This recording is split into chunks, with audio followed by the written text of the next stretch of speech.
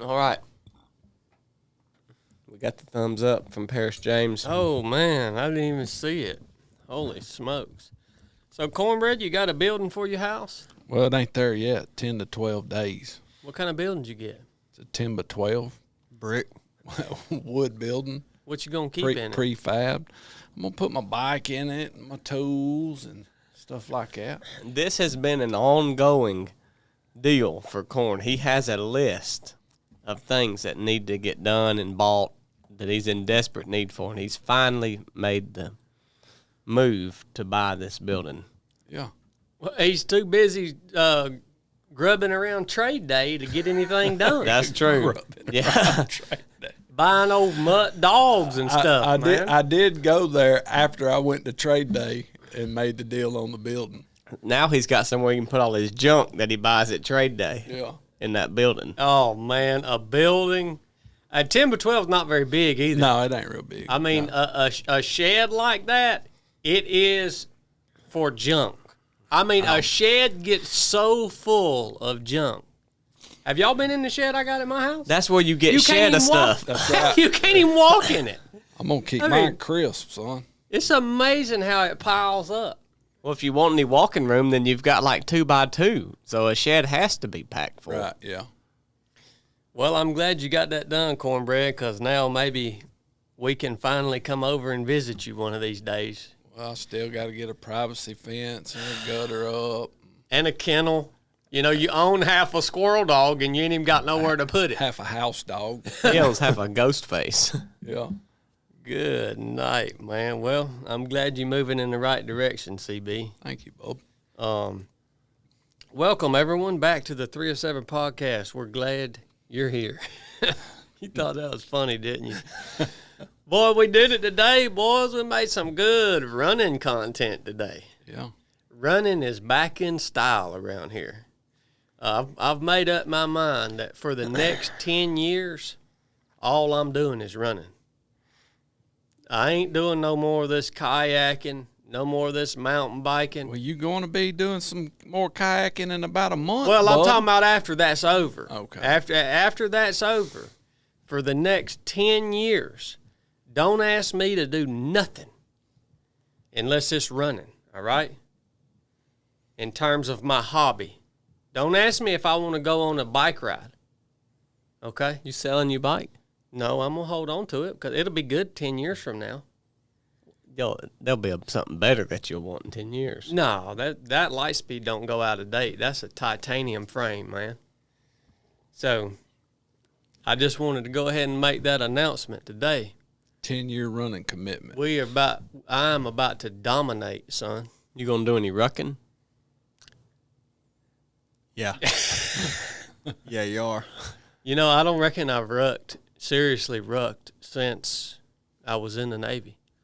I remember the longest ruck I've ever done was 18 miles. And I did it with a 45-pound, 55-pound ruck or something, and it collapsed the arches of my feet. And I could barely walk for 3 or 4 days after that. Yeah, it was Beaver tail foot.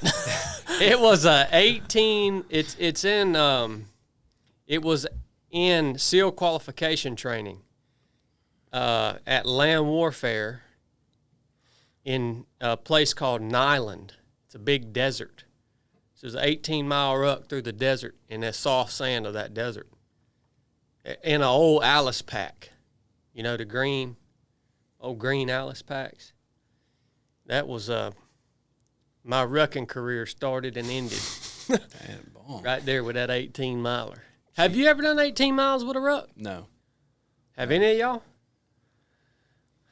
Well, it depends on what you count as a ruck. This Pretty heavy backpack with 8. Yeah. This was like a race.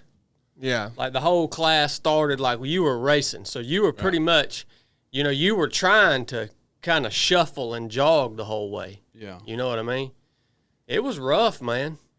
You can get into some rough stuff with that rucksack if you really want to go a long ways and go fast. Especially if you start jogging with 50 pounds on your back. I don't know. I may do a little rucking. It's good for running. Good supplement on the for running. weekends here and there. Yeah, I may Bone density. I may do a little rucking on the weekends. You guys got a ruck training plan, don't you? We do. Yeah, I like to ruck myself. I just start a club. Yeah, we're about to pop off something big. We're not going to prematurely announce it. No, but it's going to be big. We ought to pop off with something big. Man, big things happening around here. Big things happening. Big ideas. Well, before we get into the show today, I do want to tell you that this show is brought to you by our partner at Barbell Apparel. And I have on these are their everyday carry. Isn't that right, I Blake? think it's the Adapt Carry Edition. Adapt Carry Edition shorts. And this is like a hybrid short between like a running or a gym short and like a tactical short, right? It kind of has a mix of features of both. It's a little thicker, abrasion-resistant material. It's got big pockets on the outside and then internal zippered pockets on the inside of the main front pockets with waterproof zippers. It's got belt loops, so you can actually wear your gun belt with it.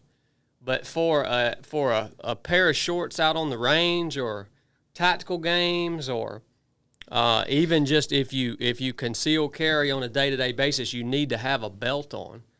It's really a pretty cool concept. Yeah. So, Adapt Carry. Blake, will you put a link to these in the description of this episode for us? Mm-hmm. So people can check them out. Yeah.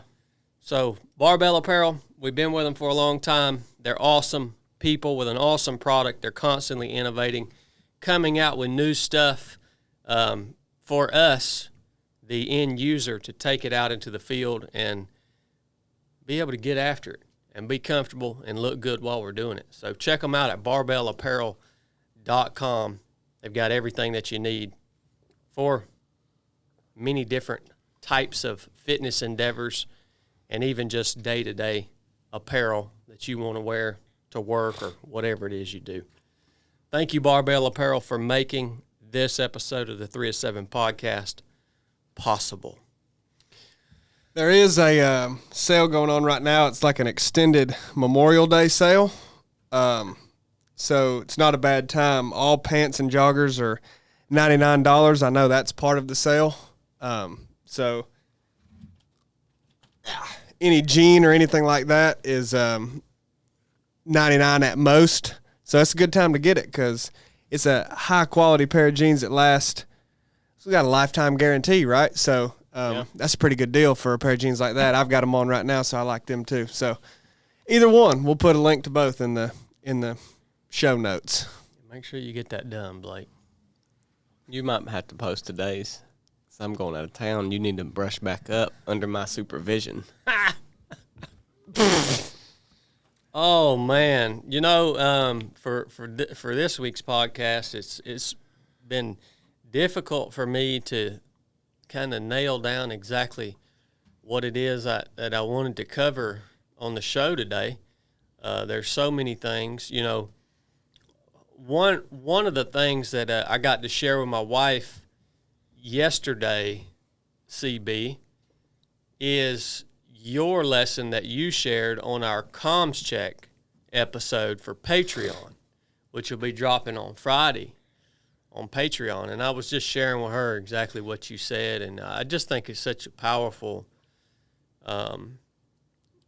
part of what the Lord has given you to share with other people to kind of make them think, right? Yeah. And so I was sharing that with my wife, man. And I was just thinking how, what you, it seems like you are really able to do is to look at people and see them for what they actually are. Just a broken, confused, scared, jealous, whatever. You're able to look at them and just see them for what they actually are.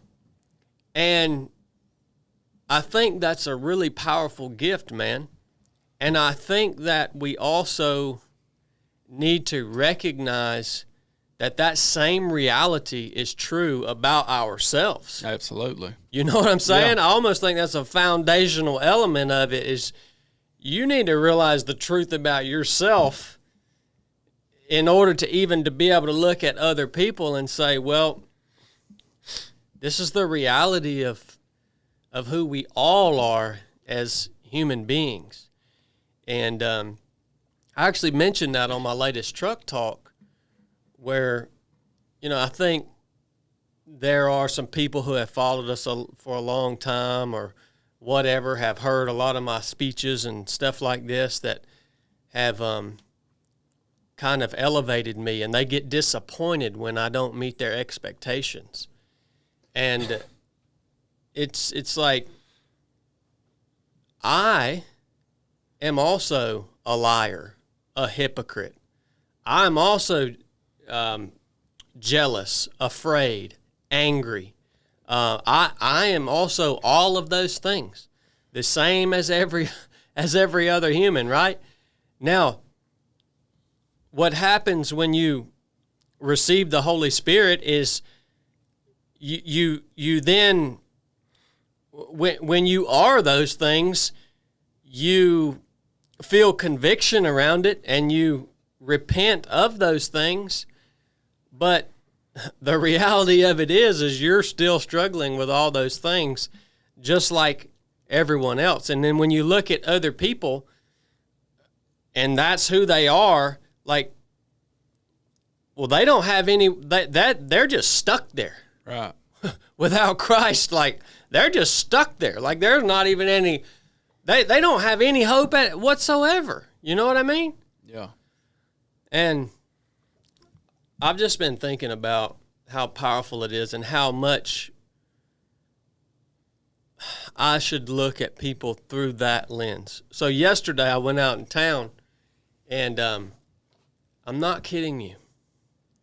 I stopped 3 different places, and in all 3 places I ran into someone who was a fan. Literally, in one spot I stopped, somebody pulled off the side of the road and stopped and got out of the car just to talk to me. They were driving by. And I was getting so frustrated with them because I didn't want to talk to anybody yesterday. I was getting so mad at them because I was looking at them through the wrong lens. Right. Like, who is this person that thinks that they can come and inconvenience me? Like, they don't know what my day's like.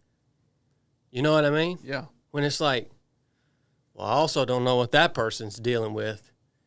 And I also don't know how I could potentially just have a few words with them and maybe help them through whatever they're going through.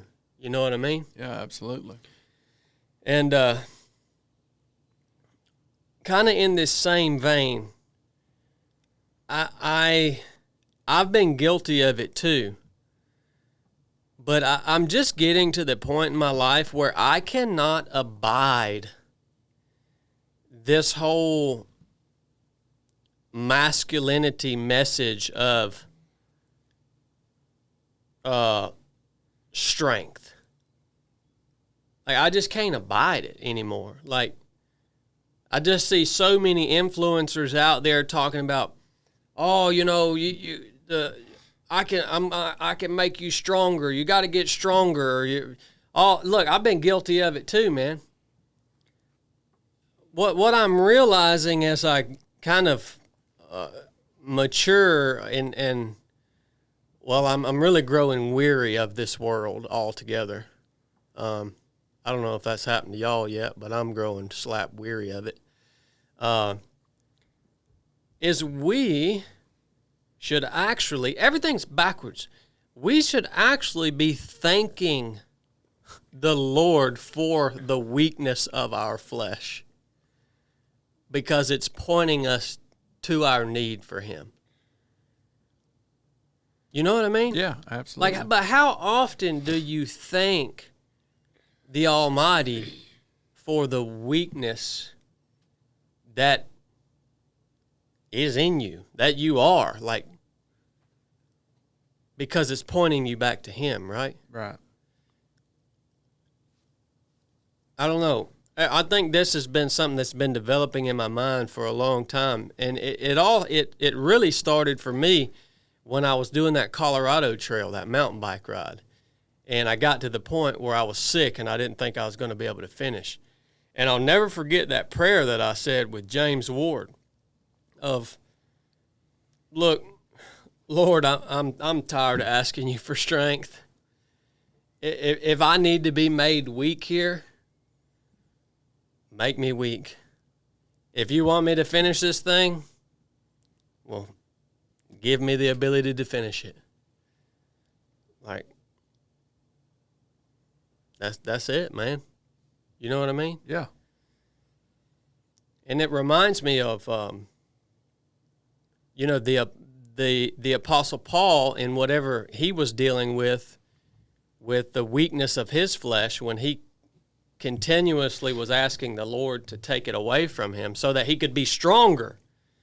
The Lord's response to the Apostle Paul was, no, you're going to have to deal with this weakness, whatever this thorn in your flesh is, because my strength, the Lord's strength, is made perfect in our weakness.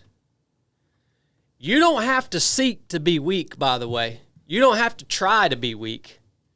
You just are. And there ain't no getting around it. And anybody that thinks that they have some special anointing on them or something that can come at you and build you up and, make you strong. So it's a daggone lie, man. I mean, it's literally a lie. I don't know. That's just the ramblings of what's on my mind today. And I'll tell you what, another thing, I'm going to be looking forward to when we get this nonprofit up and running so that we can give these daggone youth the opportunity to see how weak they are, to go ahead and set them up for what they're about to have to learn in life. Chili was making fun of me today because during my content today, I kept talking about that summer camp. I was riding around this summer camp, man, and these people send their kids to these stinking summer camps, and I'm looking around, and I'm looking at the camp counselors and mentors. They're kids. It's just kids training kids, and it's all about just having a good time and laughing and all this. Look, man, I guess it's all right to have a good time.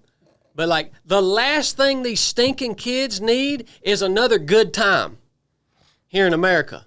That's the last thing they need is another good time.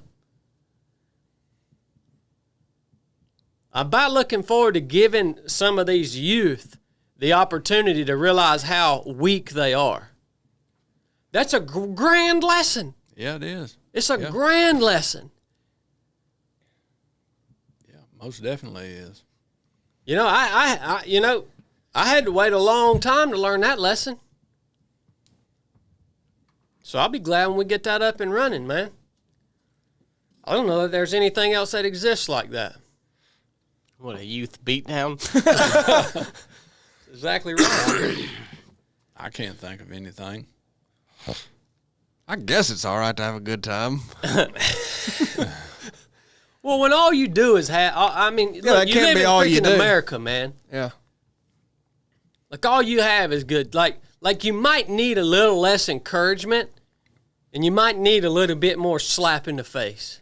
Yeah, it's funny. It seems to me like the development of a person needs every,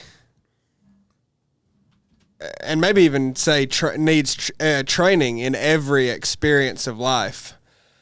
Like, you need every facet of life and need to experience it starting when you're young, or else there's something wrong. Like, kids that are like they never experience hardship. They never experience their own weakness. They you grow up and see them as an adult, and they're like, there's a problem. There's a deficiency. And kids likewise that are abused, or maybe not even abused, but just, I mean, they literally have never, they don't know what playing is. Mm-hmm. You know what I mean? Like they have issues when they've constantly been beat down. Right. Like they've just constantly been beat down. Like they have real issues. And, I don't think any of it's bad, but you have to have it in whatever is deemed as appropriate, but kind of appropriate amounts. I agree. Because if a kid doesn't learn how to play and like what the rules of a game are, just to engage with other people in healthy competition, that's why I think sports are good for young kids, because there's just so many lessons that teaches them that it's kind of hard to get otherwise. And, but then again, like, if you don't learn what it's like to fail and get a beat down in a healthy way, you're missing something, man. So all that's part of what trains you for actual life. And it is weird, the state you find some people in when they've only experienced one side of that. They're not good. Yeah, you're right. What do you think that the Bible means when it says that we should edify or build each other up? What do you think that means?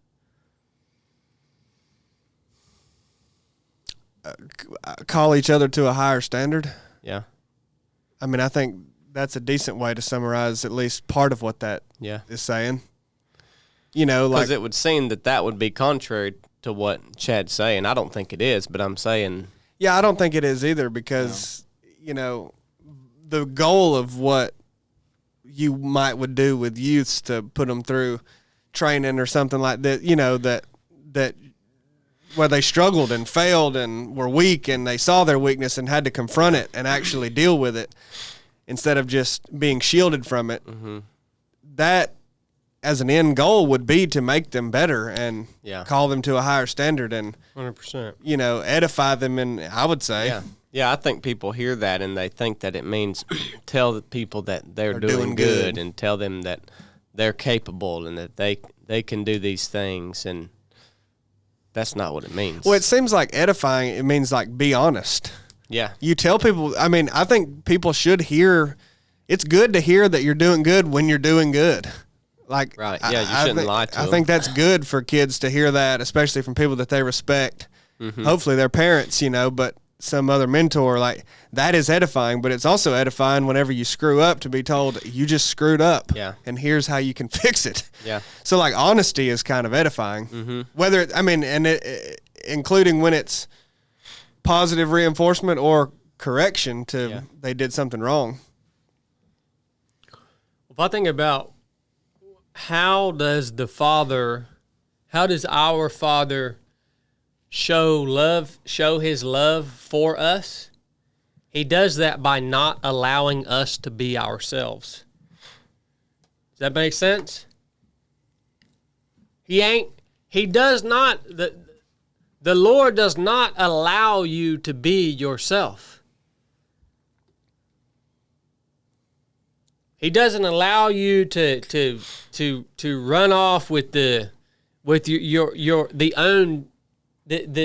fleshly desires of your own heart. Yeah, I see what you're saying now. Like that's how he shows us the one of the ultimate forms of him showing us his love is by basically saying, no, you're not going to do that. Right. You're going to do this. You know what I mean?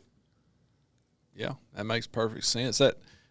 When you said, hopefully the parents are doing that with the children, that's cliche to say, well, the kids nowadays are the generation. Well, those kids were raised by somebody, and somebody allowed those kids to be taught by playing nothing but video games or being on the internet or however it may be. And it's always seems so many times under the guise of, well, I want to work and be able to give my kids stuff that I didn't have. Yeah. But a lot of times what gets neglected in that is you're not giving your kids actually what you did have.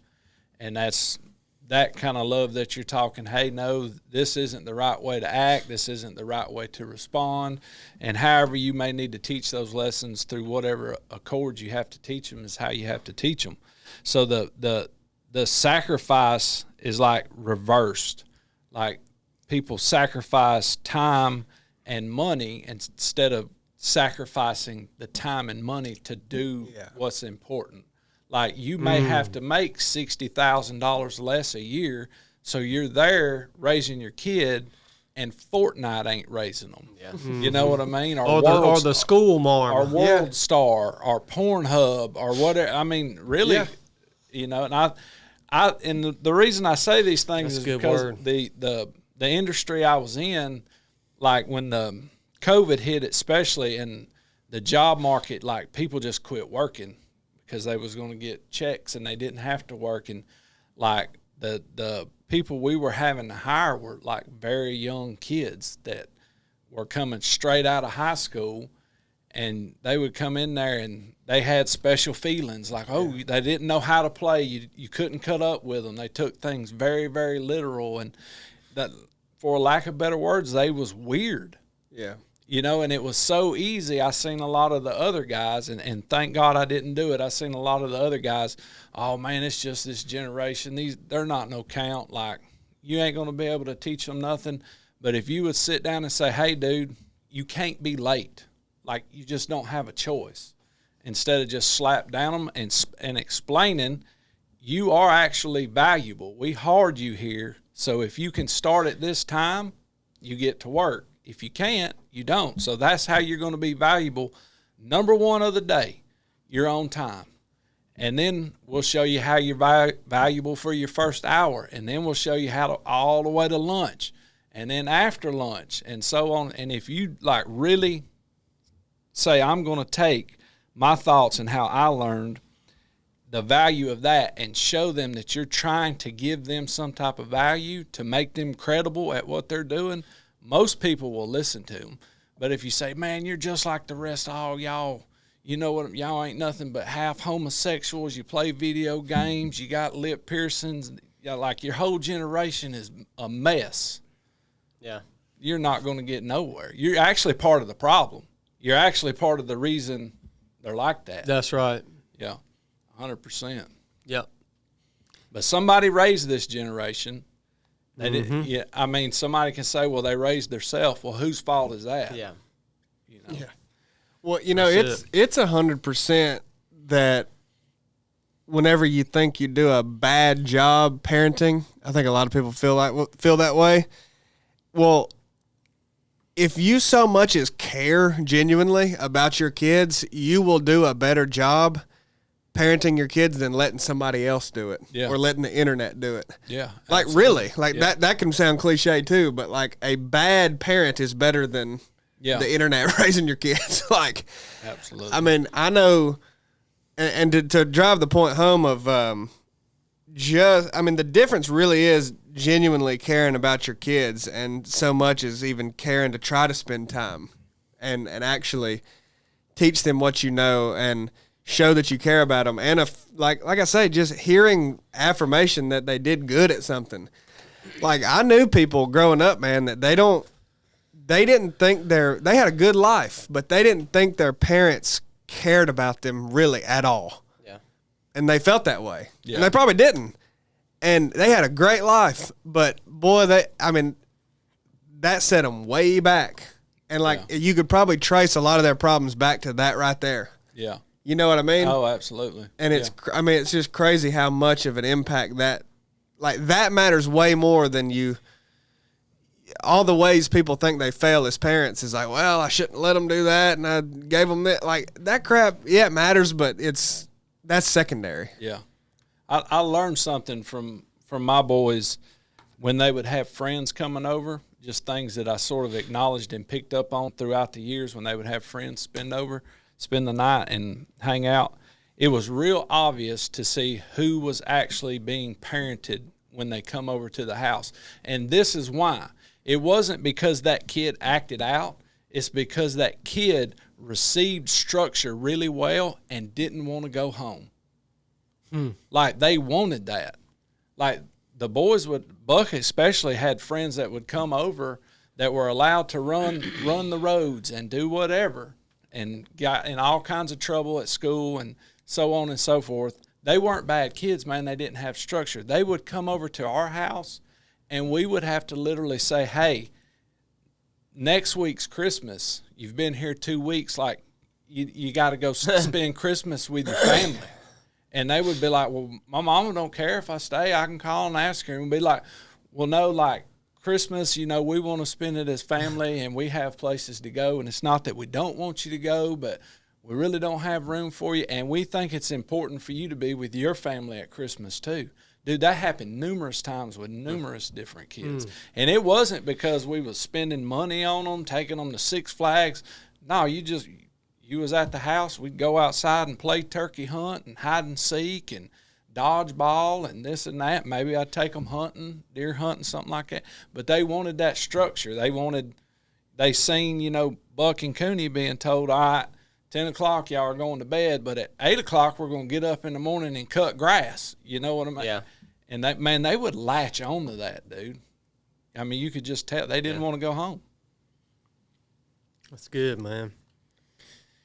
Well, I think that, Lord willing, hopefully we'll be able to, as a team here, kind of make our own unique contribution to that part of our society at some point. And I don't know where we're at with the nonprofit thing, but I know you've been working hard on that Cornbread. But yeah, I actually have an appointment in a couple of weeks I was going to tell Blake about with another guy that's got a really, really legit ministry for young adults, single parent kids.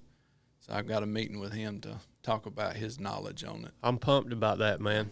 Yeah, that's gonna be that's my vision of what I want that whole mission to be geared toward. Is providing an experience for young men, especially, not to have another good time, not to be told, oh yeah, everything's gonna be all right, but to provide an experience for these jokers to get a little bit of taste of what life is actually about to be like. Yeah. It's kind of my overarching vision of providing that, man. And I think people out there are going to appreciate it. Yeah, I do too.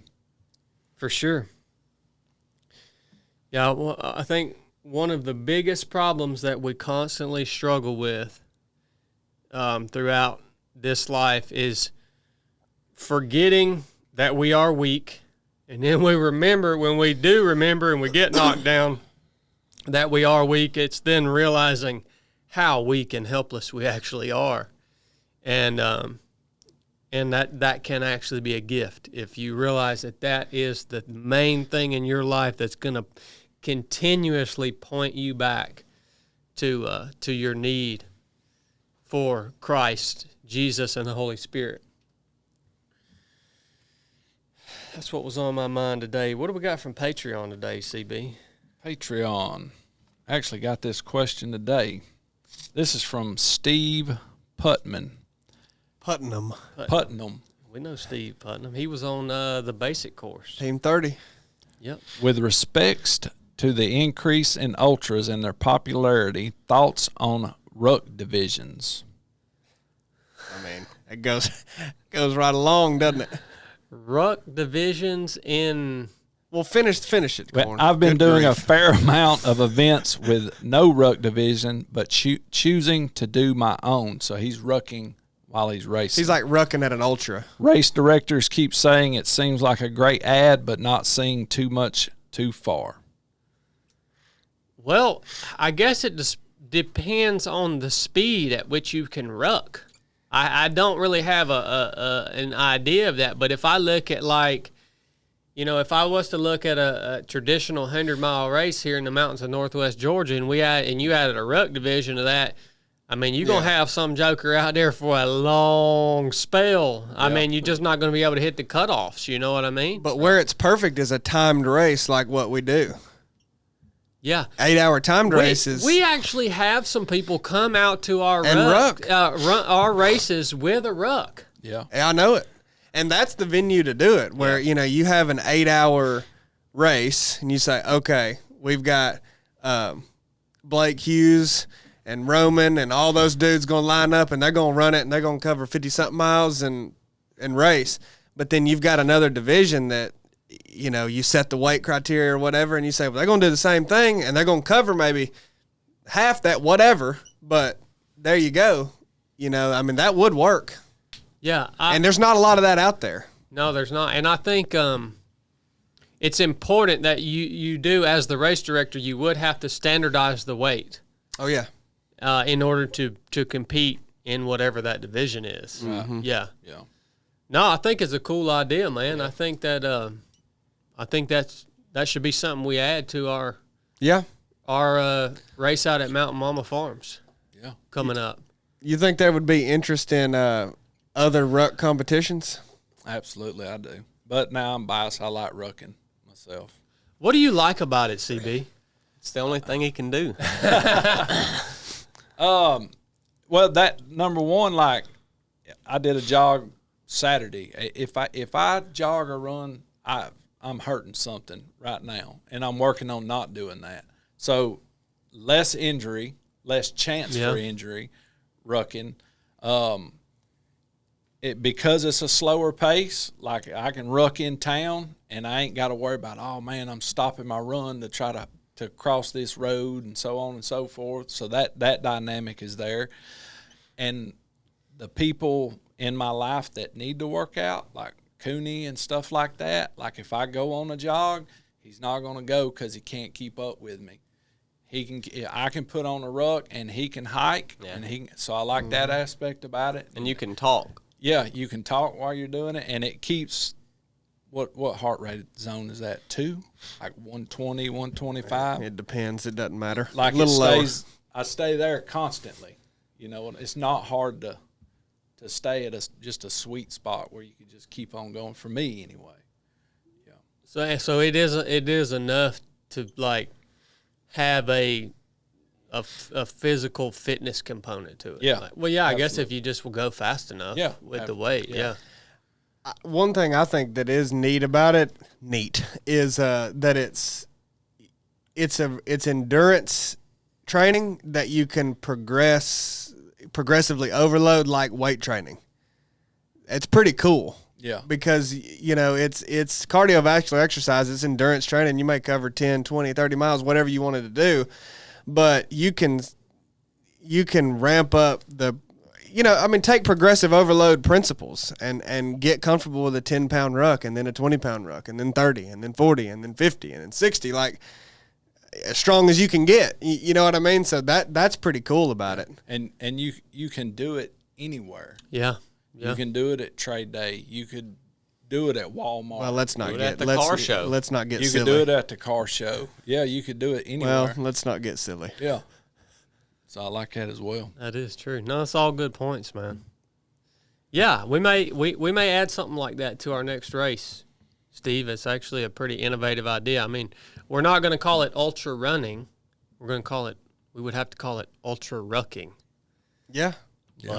But no, it would be cool to have a division for that, and have some guys to be able to come out and girls and actually be able to compete. Right. If that's what they like to do, that's a pretty cool concept. Yeah. You know what I mean?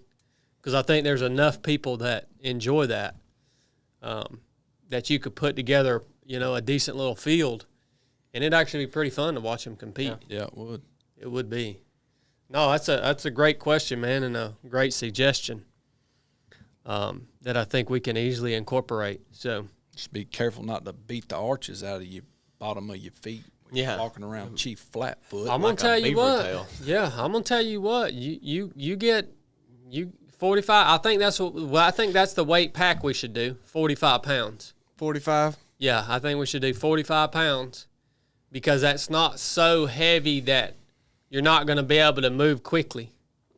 But it's also not light by any means when you're talking about 8 hours Right. of movement. Was it Theodore Roosevelt that said Oh gosh. the military Said special 45 forces pounds. for 50 miles in 24 hours or something like that should be the standard? What was it? I think it was 50 pounds in 50 miles in 24 hours at 50 pounds. I want to say is what he said the standard should be. And I think Kennedy said Dang. the same thing. Theodore couldn't have done that. I thought That freaking bull moose I'll wasn't look it doing up. that. Hey, Theodore was legit, son. He was pretty legit. Teddy bear named after him.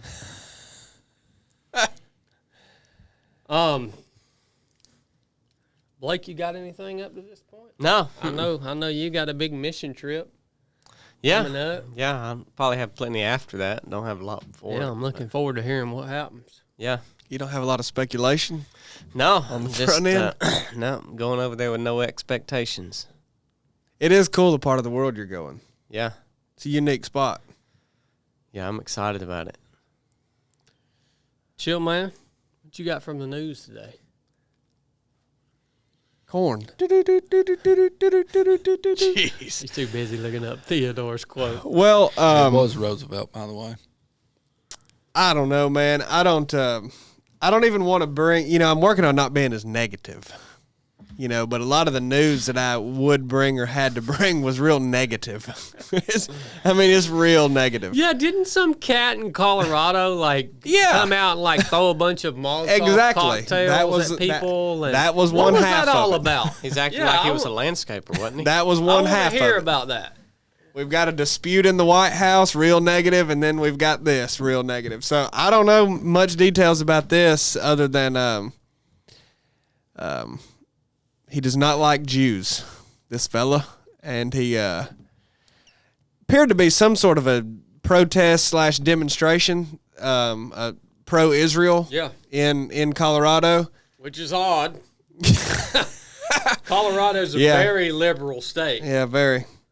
But this guy just he began not fire. He didn't have a open attack with like you said, Molotov cocktails and things like that, and What is that? it's like a firework, isn't it? It's a bomb, It's a but bottle of alcohol with a rag stuffed in it to where when you throw it and the bottle busts, Kind it of just a scatters bomb. flame everywhere. So yeah, it's on fire when you It throw sounds it. like a Yeah. gas bomb. I don't know rags. what you'd call it. The rags on fire. hybrid, but people got burned from it, and They kill him. no, They surrender. I believe so. Yeah, he was apprehended and taken into custody, and nobody perished that I know of, but they did get injured. He just went into that protest and started attacking them, and it's interesting to me the discussion that follows attacks like that, because there's obviously the media playbook. I saw a good image of that. Like anytime there's a shooting or an attack, the media has to filter it through certain criteria. It's like, well, the first question is, what race was the person? What race was the person that was attacked? And it's like, well, okay, if they're this, then we go this route. If it's this, then we go the gun control route. If it's this, it's actually Flow chart. It's a flow chart on how the media should respond to a given attack, and it's really accurate. And but then there's also an interesting discussion that happens amongst more rational people of just like, how do you actually stop that? And obviously Colorado being a real liberal progressive state and gun laws being what they are, that opens the door for attacks like that. But even if there are citizens with guns, you're not going to be able to stop all of that from happening at every demonstration. It's just like, why is that so prevalent in America? Just, targeted attacks like that, whether it be school shootings or protest, and then people attacking protesters. Like, I don't know. It's, Wouldn't you say it's prevalent everywhere? yeah. And, I try to be decently careful, at least of whenever I say things are uniquely American, versus the world. Yeah. Because I'm very ignorant of what most of the world operates like. I'm more familiar with America. But it does, like, I feel confident to say that there is more of that in America, like just more random, like strange acts of against certain people. Against certain people. Yeah, I mean, I do think there is. I think, but maybe not. I mean, maybe part of that is just our media's coverage of it. Mm-hmm. You know, I don't know. It's either way, whether it's more or less in other parts of the world. I mean, to me, the question still remains, like, why is that such a prevalent thing? When you look at you know, the whole mass shootings and all this stuff, yeah, obviously they happen more in America because in America because we have guns. We have guns, and so. You know, that's always the argument for gun control. Yeah. If you took all the guns away from people, it would stop shootings. It would cut way down on those types of things, right? But the fact of the matter is, freedom is dangerous. Oh yeah. Like that's what people forget. Like you will have to sacrifice freedom for security. Yep. Always. There's not this perfect solution because here's what happens. If you take all the guns away, yeah, you cut down on all these violent acts and criminals and all this stuff, right? But then what happens? Then you are basically just subservient to the government. Like you can't. You see what I'm saying? Yeah. Oh, yeah. Like that's why that's not. That's why that's not a good solution. You just have to. You have to realize that if you are going to maintain some level of freedom, it's going to cost you some level of security.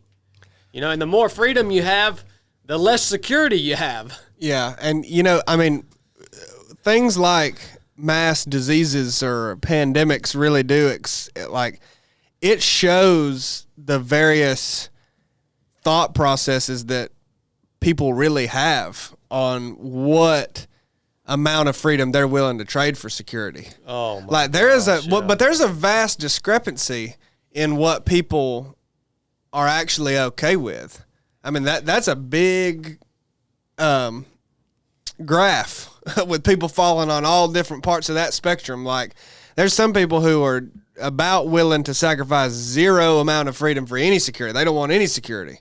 Mm-hmm. Some people they like a little bit. They like, you know, to feel a little bit like they've got, you know, some protection, and some people want all of it. Yep. Like they will trade it all away for it. And it's you have that mix of people that are trying to live cohesively. So that's a little bit difficult, you know, for all of that spectrum to try to cohabitate a landmass is interesting experiment. But it brings into mind to me, we've mentioned it, I think, on the news before, that Trump was going to come up with the Golden Dome.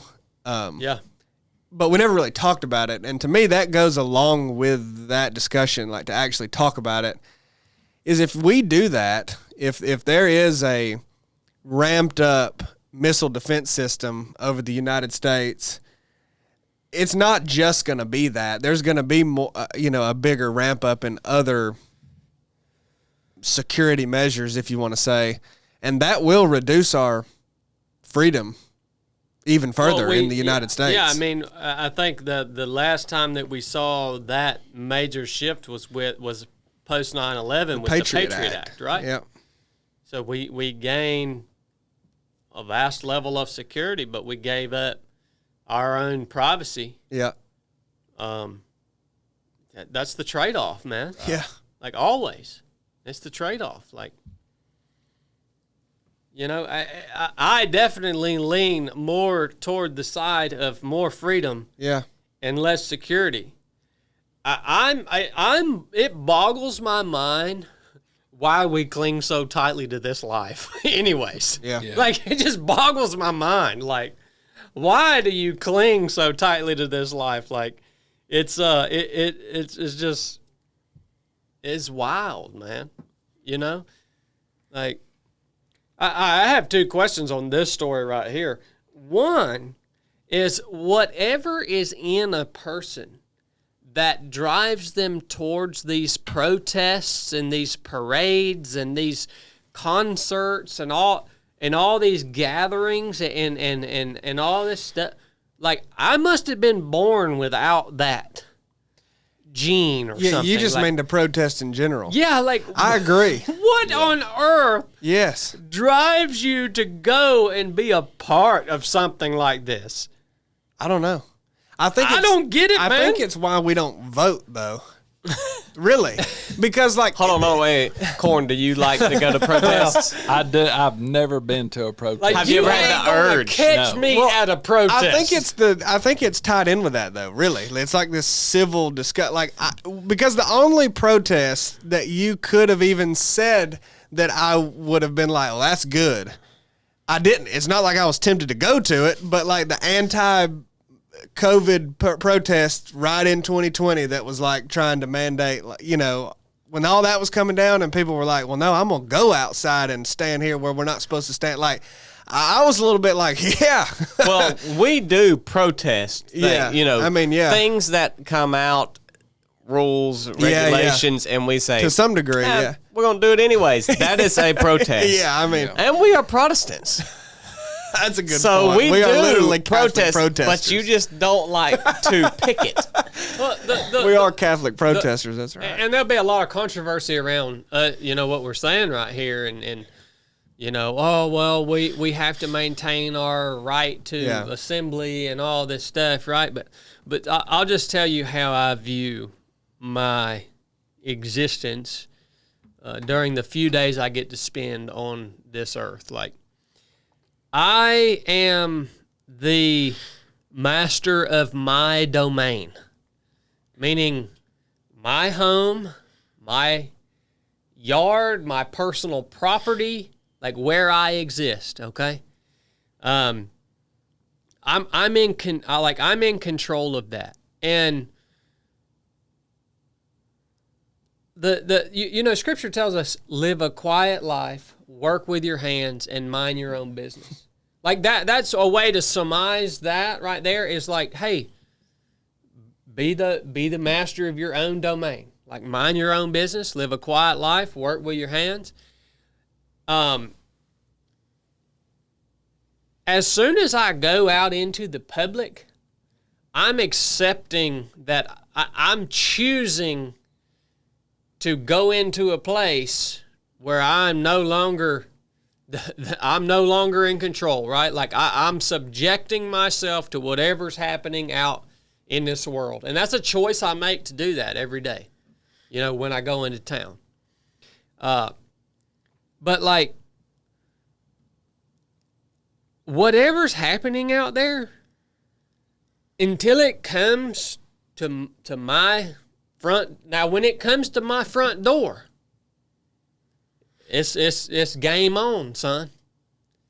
You know what I mean? Yeah. When it comes, and so, I mean, if everybody had that mindset, it would be just as effective as your protest. If everybody had the mindset, look, you if you want to impose your lifestyle and your beliefs upon me in my domain, that ain't gonna work, buddy. Yeah, but it's too late when you wait for it to get to your front door. That's the thing. With a tax or something, that's different. But with a law that's put out, or taxes, or what you say, well, I'll deal with that when it comes here. Then it's too late.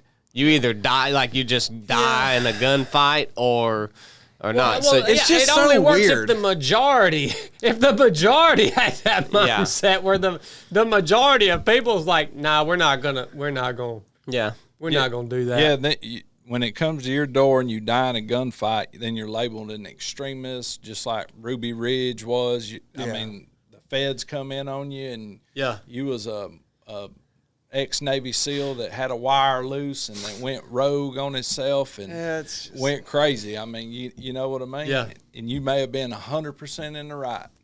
Well, and I think, And by the way, I'm not saying that my thought process is like the way that it should be or that it's the perfect solution. I'm just trying to tell you how I live my life because I have come to the conclusion that there is no fixing any of this. Yeah. oh yeah, There is no fixing any of this. So then what can I do? I can live a quiet life, work with my hands, mind my own business. When I go to town, something might happen to me. Well, that's a choice I get to make. I don't have to go to town. Yeah. You know what I mean? But my thinking is like in all the protests I've seen as I've been alive and the ones I've learned or read about what came from it. Really the only ones you can even think had any effect on anything was Martin Luther King's Civil rights, the civil rights protests. Maybe those were the only ones that. Well, I mean, yeah. And you really don't know all the intricacies behind everything on that. But I think that he did some good work myself, and I would like to think that what he did led to a lot of things in civil rights. But anything other than that, like what all those hippies that was protesting Vietnam and spitting in the soldiers' face when they come back, and they didn't slow Vietnam down. They didn't stop the war not one single minute before it was going to be stopped. And that's probably one of the biggest, minus the civil rights, protesting eras in the country. Yeah.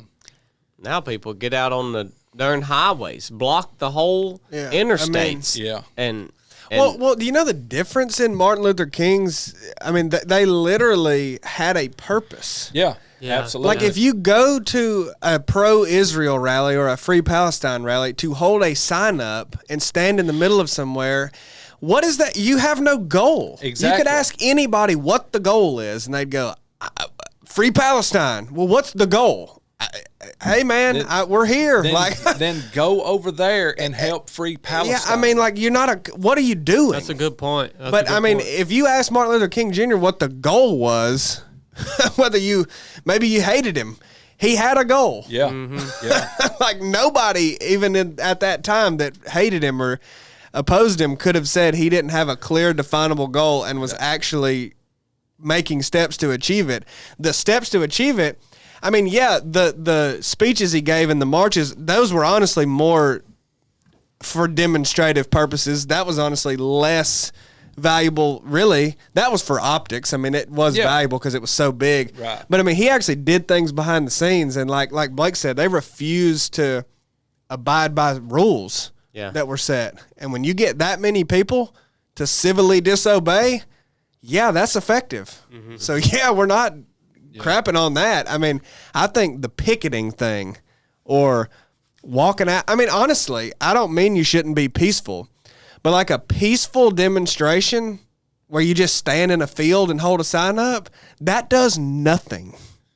Like, maybe it makes you feel good. I mean, That's the thing. It does nothing. You know, like if you actually want something to change that you believe you can change, especially things that are civil. Like it was a race division in the country. You can affect that by organizing people. Like I believe in the right to assembly. Yeah, like Chad said, don't get us wrong. I mean that affected change culturally. Right. But you're not going to change you're not going to picket the Vietnam War enough to where the U.S. says, "All right, we'll hold back." Right. Like, you just ain't going to do it. That's a waste of time. Yeah. You know, I view that differently though. Like that's a protest, I guess you would call it. What King did and everybody else, that's a whole different thing. Yeah, I agree. I mean, you know what I mean? But it gets lumped together. It really is. Yeah, it's more of like an act of civil disobedience, like you said. Yeah. More so than a protest. And my second question on this is it's always, or it's been boggling my mind. And I had this conversation with my buddy Jesse the other day. Is it not strange to you guys how the nation of Israel has been hated for thousands of years Like across the span of human history, they've been persecuted, enslaved, hated. Like, it's the wildest thing, man. It is the wildest thing. And I asked him, though, well, yeah, we were talking about it, and he was like, well, why do you think that is? And I was like, look, man, the only way I can make sense of this would be looking at it from a spiritual lens. And, you know, looking at the fact that Israel is God's chosen people, whom he preserved throughout the years in order to bring about the Messiah. And I know, man, you're gonna you hear people have all kinds of opinions on this, but like they still, in some weird way, have some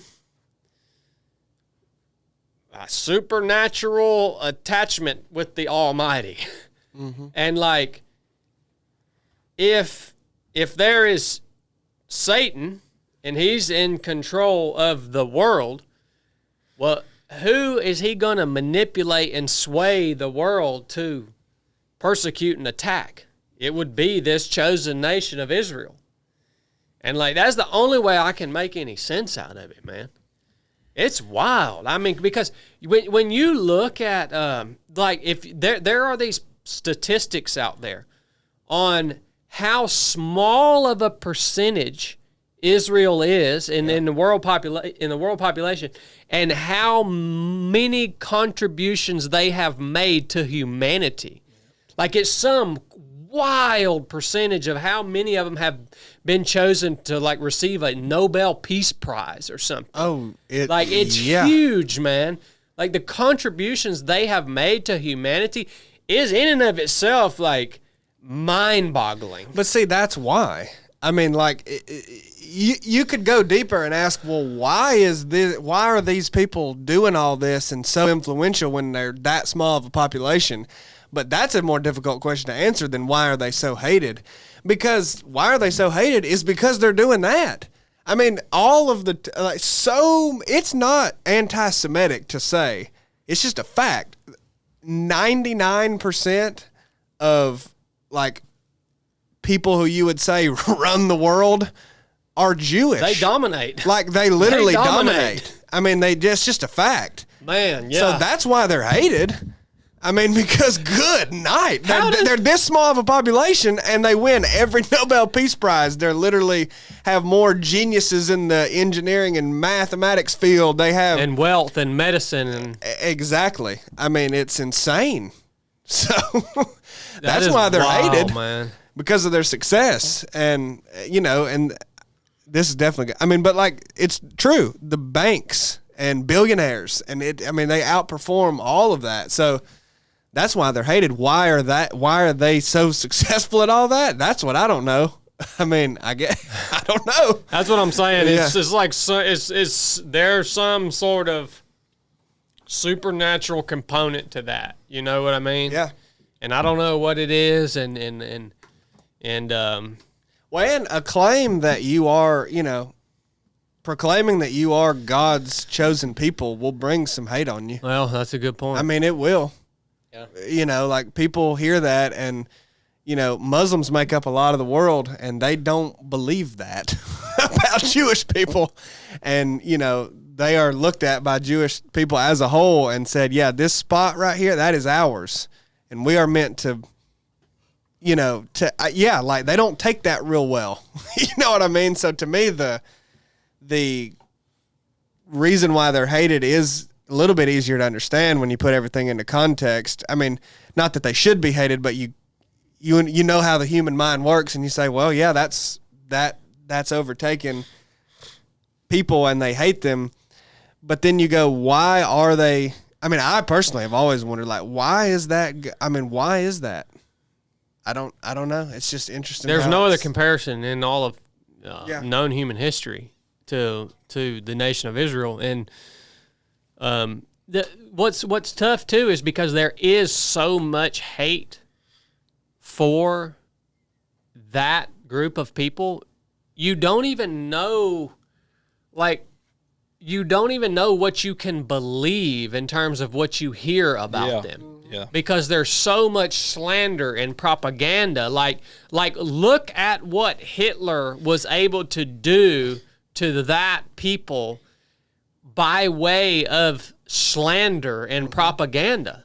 Yeah. So when we see stuff and hear stuff about them and then it might creep into your mind like, oh dang man, these people are kind of evil. It's like, well, you don't even know if what you're hearing is true.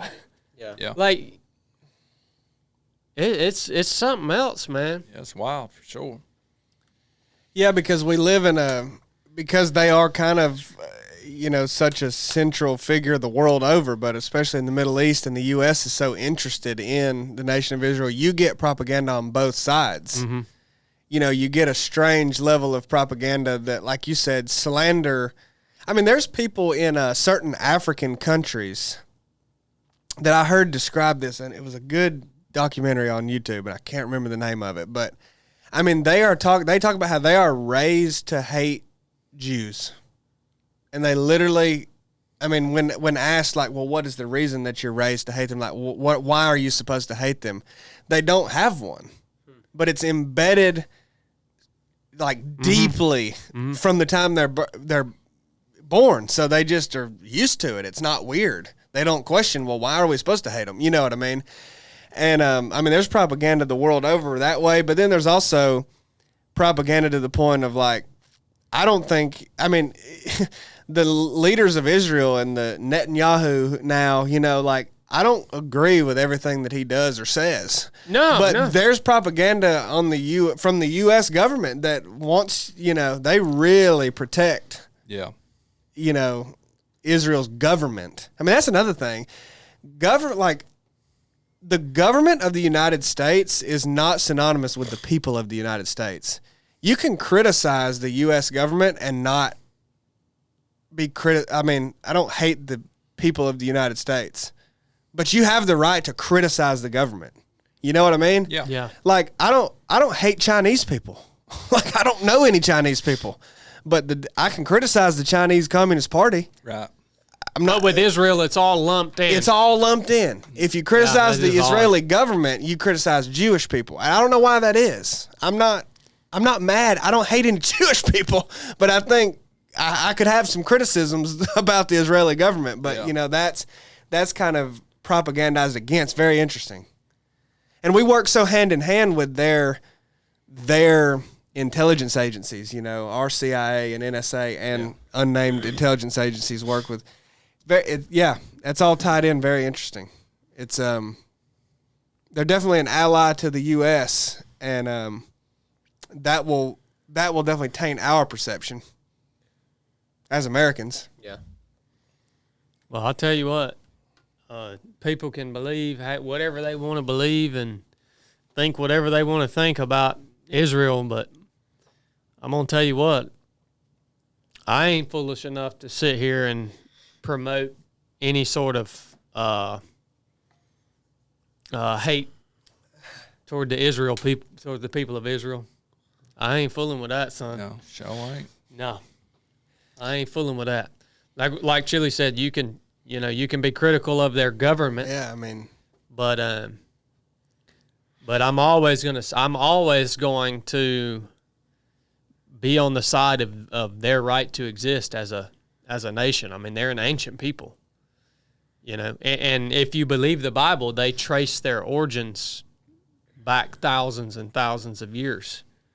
So it's wild, man. Well, it's a good topic, Chili. I was wanting to hear about that. Yeah. We didn't hear much about the guy, but I don't know much about him. Down a rabbit hole. He's not noteworthy, anyways. Yeah, man. Dude. What you got in local news, CB? You want a roughing or a lighting? A rough story or a light story? I got two. What you want? What's local news got? That's what a roughing or a lighting. Just bring it.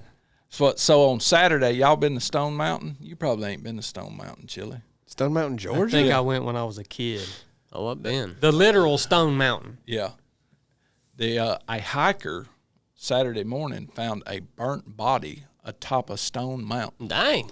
Yeah, and as of today, the GBI allowed it was suicide Oof. Who would burn themselves? to death.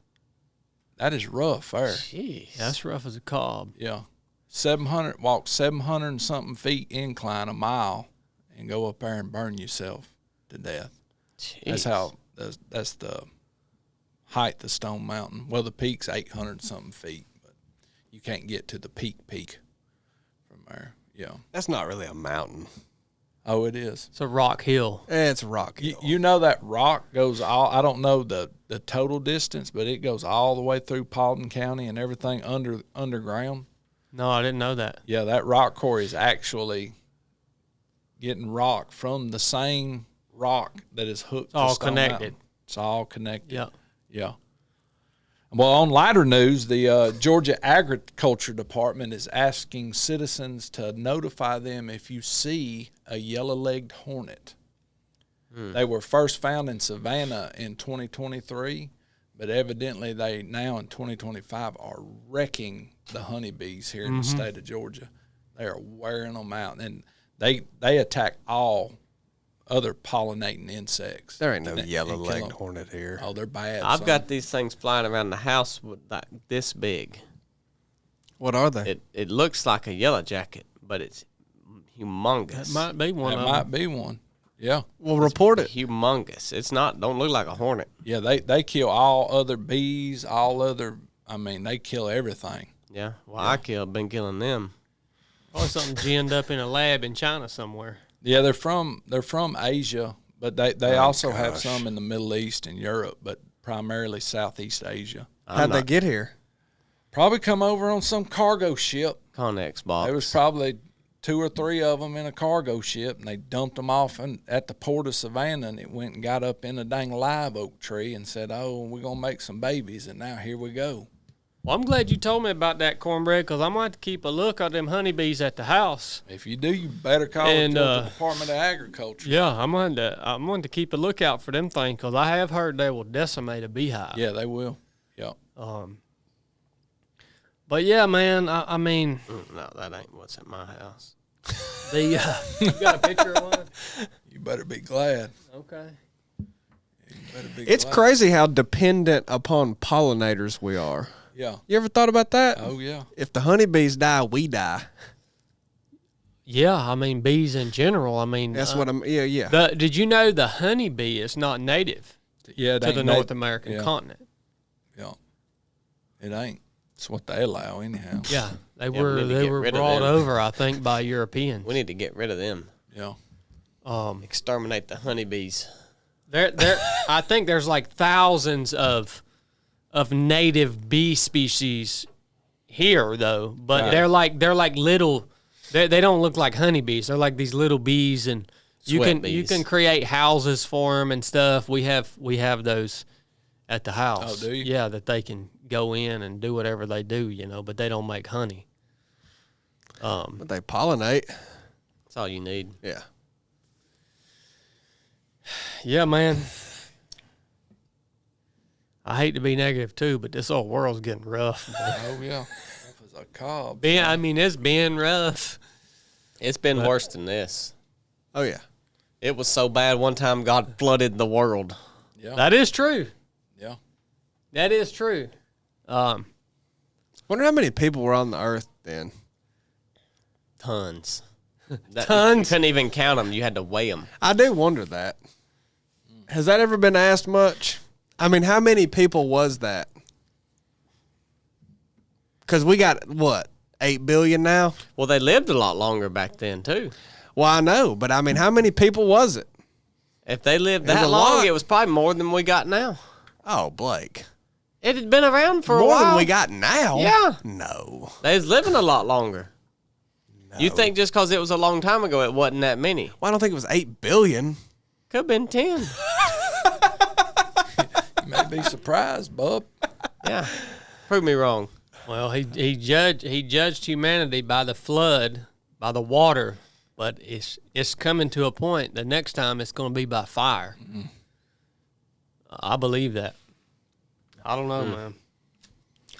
Blake, we got rough. super chats today. Yep. Blake thinks there was 20 billion people on the earth then.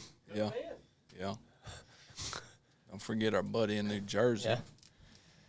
All right, we had Marty Bingham come in at $9.99. Big Marty, what's up, man? I was going to send a super chat last week, but AC wasn't working good, and it got a little stuffy, so I just DNF'd. But I'm coming in hot this week. Good to see you on Resurrected the other night, Marty. Marty preached a good gospel message on Resurrected the other night. Yep. Back in at $9.99, Marty Bingham. Just when I think Home Skillet is going to straighten up and fly right, he comes out with a truck talk about farting and anuses. Lord have mercy. Home Skillet. Yeah, that one that truck talk didn't go over too well. That was a little too graphic for people. Then after that, he come in at $4.99, so he's reduced his super tapering on chat off, by son. 50%. Is anybody checking his homework? We need to put him in the leaning rest for a minute when he acts up on us like that. What's his homework? But he came back in at $19.99. Well, there we go, Marty. Number 4, bonus chat. I'm celebrating my 65th birthday by running a 3-mile loop in New York City for 12 hours, inspired by Chad. I've learned that mental toughness is all that matters, so I didn't do much training. It's going to be big. He usually calls it like forward ambulation whenever he's going to go run. Have you ever heard him say that? Forward ambulation. Old Marty's a special dude, man. You think he's only 65? No, he's in his late 70s for sure. Yeah, he's at least 80. He's old as crap. Thank you, Marty. Lane Veld come in at $7.31. American He said, of the Year. Lane Veld is? Yeah, he's American of the Year. Y'all get ready for this weekend. It's going to be big. Oh, it's going to be big. Justin Milford, $10.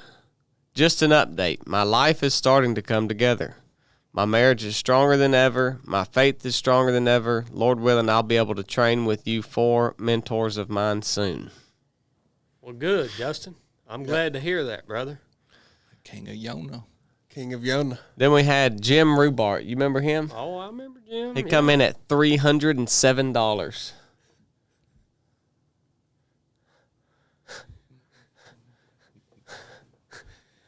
Good night. Thank you, Jim. Yep. Holy smokes, that joker just blew my cap off, son. Now message. No message. Holy crow, man. No message. Thank you, Jim. Yeah. Jim, I appreciate that, buddy. Thank you, Jim. Appreciate that. That'll conclude our super chats. Well, guys, Lord willing, we'll see y'all on Monday for Monday meeting. Enough said.